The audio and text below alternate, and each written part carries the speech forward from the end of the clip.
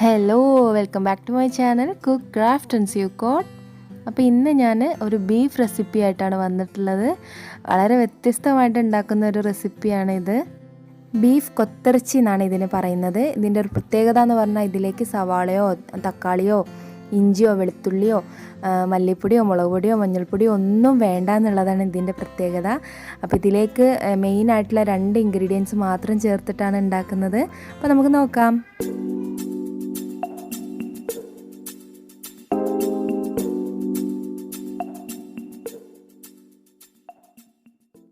ഞാനിവിടെ 2 kilo beef ചെറുതായി cut ചെയ്തിട്ട് വൃത്തിയായി കഴുകിയിട്ട് ഡ്രെയിൻ ചെയ്ത് വെച്ചിട്ടുണ്ട്. ബീഫിൽ ഒട്ടും വെള്ളം ഉണ്ടാവാൻ പാടില്ല. പിന്നെ നമുക്ക് വേണ്ടത് ചെറിയ ഉള്ളിയാണ്. അപ്പോൾ ഞാനിവിടെ 1 കിലോ ചെറിയ ഉള്ളി എടുത്തിട്ടുണ്ട്. കാരണം ഞാൻ 2 കിലോ ബീഫാണല്ലോ എടുത്തിട്ടുള്ളത്. അപ്പോൾ നിങ്ങൾ 1 കിലോ ബീഫാണ് എടുക്കുന്നതെങ്കിൽ 1/2 കിലോ ഉള്ളി. അപ്പോൾ എത്രയാണോ ബീഫ് അതിൻ്റെ പകുതിക്ക് അളവിന് ഉള്ളി, അതാണ് അതിൻ്റെ കണക്ക്. പിന്നെ എരിവിന് വേണ്ടിയിട്ട് ചുവന്ന മുളകാണ് വേണ്ടത്. അപ്പോൾ ഇത് രണ്ടുമാണ് നമുക്ക് ഇതിലേക്ക് കാര്യമായിട്ട് വേണ്ടത്. അപ്പോൾ അത് ചതച്ചെടുക്കണം. അപ്പോൾ ചുവന്ന ഉള്ളി, നമ്മുടെ ചെറിയ ഉള്ളി ഇതുപോലെ ചതച്ചെടുക്കണം. അരച്ച് പേസ്റ്റാക്കി എടുക്കേണ്ട ആവശ്യമില്ല. പിന്നെ നമ്മുടെ ഉണക്കമുളക് അല്ലെങ്കിൽ നമ്മുടെ ചുവന്ന മുളക്, അത് നിങ്ങളുടെ എരിവിനനുസരിച്ച്. അപ്പോൾ ഞാനിവിടെ ഒരു 2 കിലോ ബീഫിലേക്ക് ഒരു 60 ഗ്രാം 65 ഗ്രാം എടുത്തിട്ടുണ്ട്. അത് ഇതുപോലെ ക്രഷ് ചെയ്തെടുത്താണ്. പിന്നെ ഞാൻ ഇതിലേക്ക് ബീഫിലേക്ക് ഇതെല്ലാം മിക്സ് ചെയ്യാൻ പോവുകയാണ്. അപ്പോൾ ഞാനൊരു ഗ്ലൗ യൂസ് ചെയ്തിട്ടുണ്ട്. അപ്പം മുളക് മിക്സ് ചെയ്യുന്ന സമയത്ത് കൈ ചുട്ട് നീറാന്നൊക്കെ പറയില്ലേ നമ്മൾ മുളകൊക്കെ. അപ്പോൾ ചെറിയ കുട്ടികളൊക്കെ ഉണ്ടാകുമ്പോൾ നമ്മൾ അവരെ ആ കൈ വെച്ച് തൊടുന്ന സമയത്ത് അവർക്ക് അത് നീറാനുള്ള സാധ്യത ഉണ്ട്. അപ്പോൾ ഞാൻ അതുകൊണ്ടാണ് മോള് ചെറുതായതുകൊണ്ടാണ് ഞാൻ ഗ്ലൗ യൂസ് ചെയ്തിട്ടുള്ളത്. അപ്പോൾ ബീഫിൻ്റെ പീസസ് നോക്കിയല്ല, അത് ഒരുപാട് വലുതല്ല എന്നാൽ ഒരുപാട് പൊടിയാക്കിയിട്ടും ഇല്ല. ഈ ഒരു പരുവത്തിലാണ് വേണ്ടത്. ഇനി നമുക്ക് നമ്മുടെ മിക്സ് ഇതിൽ ക്രഷ് ചെയ്തിട്ടുള്ള ചെറിയ ഉള്ളി, അതുപോലെ തന്നെ വറ്റൽ മുളക്, അല്ലെങ്കിൽ നിങ്ങൾ നാട്ടിലെന്താ പറയാമെന്നറിയില്ല, ചുവന്ന മുളക് ഉണക്കമുളക് എന്നൊക്കെ പറയും. അപ്പോൾ അത് ചതച്ചതും കൂടെ ഇതിൻ്റെ കൂടെ ചേർത്തിട്ട് ആവശ്യത്തിന് ഉപ്പും കൂടെ ചേർത്ത് കൊടുക്കാം. എന്നിട്ട് നന്നായിട്ട് മിക്സ് ചെയ്തെടുക്കണം. അപ്പോൾ ഉപ്പ് ചേർക്കുന്ന സമയത്ത് ഒരുപാട് ചേർത്ത് കൊടുക്കണ്ട. കാരണം നമ്മൾ ഇനി ഏതായാലും ഇത് വെന്ത് വരുന്ന സമയത്ത് കുറവാണെന്ന് തോന്നുകയാണെങ്കിൽ അപ്പോഴും ചേർത്ത് കൊടുത്താൽ മതി.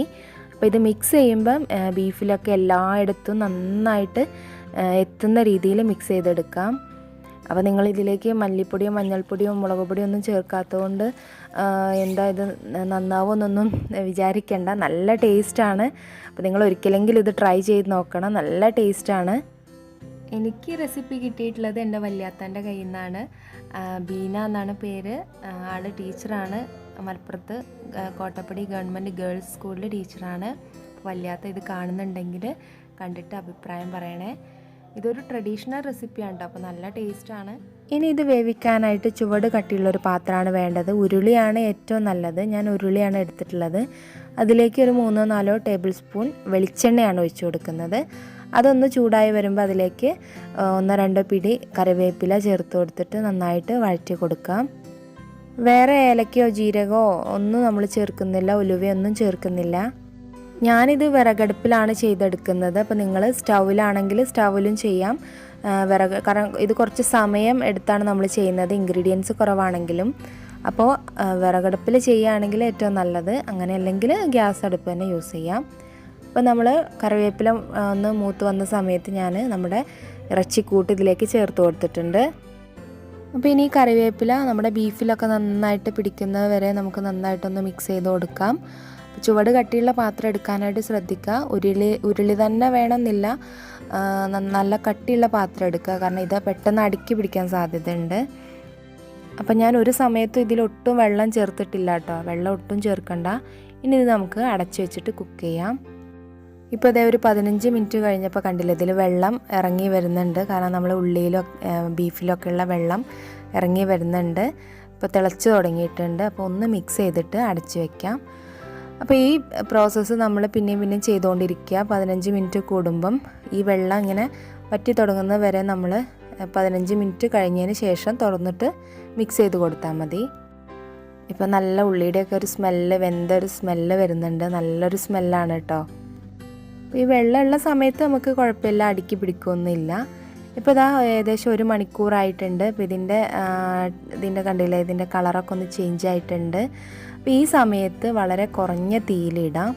അപ്പോൾ നിങ്ങളുടെ ഫ്ലെയിമിനനുസരിച്ചിരിക്കും.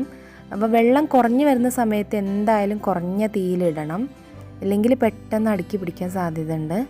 അപ്പോൾ അടുപ്പിലൊക്കെ ചെയ്യുന്നവരാണെങ്കിൽ തീ കെടുത്തിയിട്ട് അതിൻ്റെ കനൽ മാത്രം മതി ഇനി വെന്ത് കിട്ടാനായിട്ട്.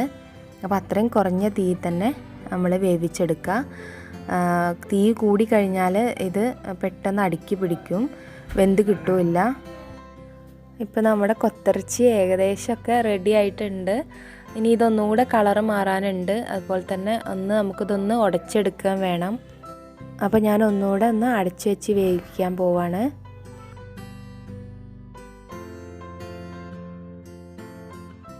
അപ്പോൾ ഇടയ്ക്കിടയ്ക്ക് ഇളക്കി കൊടുക്കാനുള്ളത് മറക്കണ്ട, കാരണം അടുക്കി പിടിച്ചു കഴിഞ്ഞാൽ അതിൻ്റെ ഒരു ടേസ്റ്റ് വരും. അപ്പോൾ നിങ്ങൾ എത്രയാണ് ബീഫ് എടുക്കുന്നത് അതിൻ്റെ ഹാഫ് ആണ് നമ്മൾ ചെറിയ ഉള്ളിയുടെ കണക്കെന്ന് പറയുന്നത്. പിന്നെ ചുവന്ന മുളകിൻ്റെ അത് നിങ്ങളുടെ എരിവിനനുസരിച്ച്. അപ്പോൾ ഏതായാലും 1 കിലോ ബീഫിലേക്ക് ഏകദേശം ഒരു 30-35 ഗ്രാമോളം മുളക് എന്തായാലും വേണ്ടി വരും. ഇപ്പോൾ വിറകടുപ്പിലാണെങ്കിൽ ഈ സമയത്ത് പിന്നെ വെറും കനൽ മാത്രം മതി കേട്ടോ. അതും നല്ല ചൂടുള്ള കനൽ വേണ്ട. ഇപ്പോൾ ഇതാ ഒരു 1-1.5 മണിക്കൂർ കഴിഞ്ഞിട്ടുണ്ട്. ഇപ്പോൾ നമ്മുടെ ബീഫ് കൊത്തിറച്ചി നന്നായിട്ട് റെഡി ആയിട്ടുണ്ട്. ഇനി നമുക്കിതൊന്ന് ഇങ്ങനെ ഉടച്ചു കൊടുക്കാം. നമ്മുടെ സ്പാറ്റില വെച്ചിട്ടൊന്ന് ഉടച്ചു കൊടുക്കാം. നിങ്ങളുടെ ചട്ടകാണെങ്കിൽ അത് ഉപയോഗിച്ചിട്ട് നന്നായിട്ടൊന്ന് ഉടച്ചു കൊടുക്കാം. അപ്പോൾ ഇതാണ് കേട്ടോ നമ്മുടെ കൊത്തിറച്ചിയുടെ കറക്റ്റ് ടെക്സ്ചർ എന്ന് പറയുന്നത്.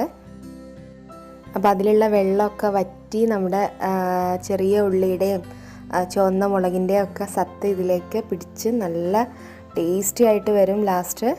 നിങ്ങൾ എന്തായാലും ട്രൈ ചെയ്ത് നോക്കണം. അപ്പോൾ മറ്റൊരു വീഡിയോ ആയിട്ട് കാണാം. Bye, thank U.